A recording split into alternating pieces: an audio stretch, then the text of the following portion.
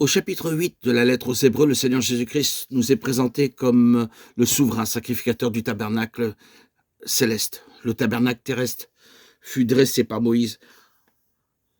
À présent, le tabernacle céleste est dressé par le Seigneur Jésus-Christ lui-même, comme ministre du sanctuaire et du véritable tabernacle qui a été dressé par le Seigneur et non par un homme. Chapitre 8, verset 2. De même que dans la période de l'Ancien Testament, tous ceux qui le désiraient pouvaient participer à la construction du tabernacle en apportant des offrandes d'or, de bois, d'acacia, d'airain, de fer. Aujourd'hui, en tant que croyants du Seigneur Jésus-Christ, chacun d'entre nous a le privilège de devenir une partie du tabernacle céleste. Les matériaux utilisés pour le tabernacle construit par Moïse étaient terrestres. C'est pourquoi ils ne pouvaient pas subsister longtemps. Mais notre Seigneur lui-même construit maintenant un tabernacle éternel dans lequel chacun d'entre nous peut prendre une part. Nous n'offrons pas un peu de ce que nous avons, mais nous offrons tout. Nous sommes tous édifiés ensemble en un sanctuaire selon le plan céleste, sous la souveraineté du Seigneur Jésus-Christ.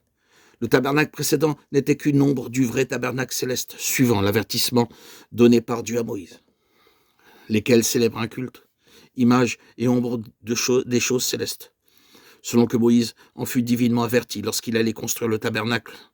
Et soin lui fut-il dit de faire tout d'après le modèle qui t'a été montré sur la montagne. Verset 5. Nous avons déjà vu que Dieu a maintenu Moïse sur le mont Sinaï pendant 40 jours et 40 nuits avant de lui donner le modèle du tabernacle. Auparavant, il avait dû rester au désert pendant 40 ans.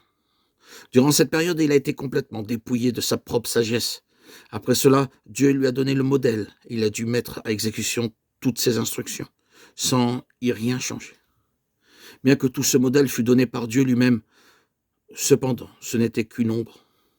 Maintenant, le Seigneur Jésus-Christ construit le vrai tabernacle, sans le secours d'aucune main, mais avec notre collaboration. C'est pourquoi les croyants sont appelés par divers noms, tels que l'édifice de Dieu, l'habitation de Dieu, le temple de Dieu, les collaborateurs de Dieu, le trésor particulier de Dieu, la perle de grand prix, son épouse. Ces noms nous révèlent notre vocation céleste. Ici, le Seigneur nous rappelle que notre modèle céleste ne peut pas être modifié par qui que ce soit. Pour être introduit dans ce plan, nous devons demeurer constamment sous la souveraineté et la seigneurie du Seigneur Jésus-Christ. Lorsqu'on construit un édifice important, les artisans peuvent ne pas en connaître la forme.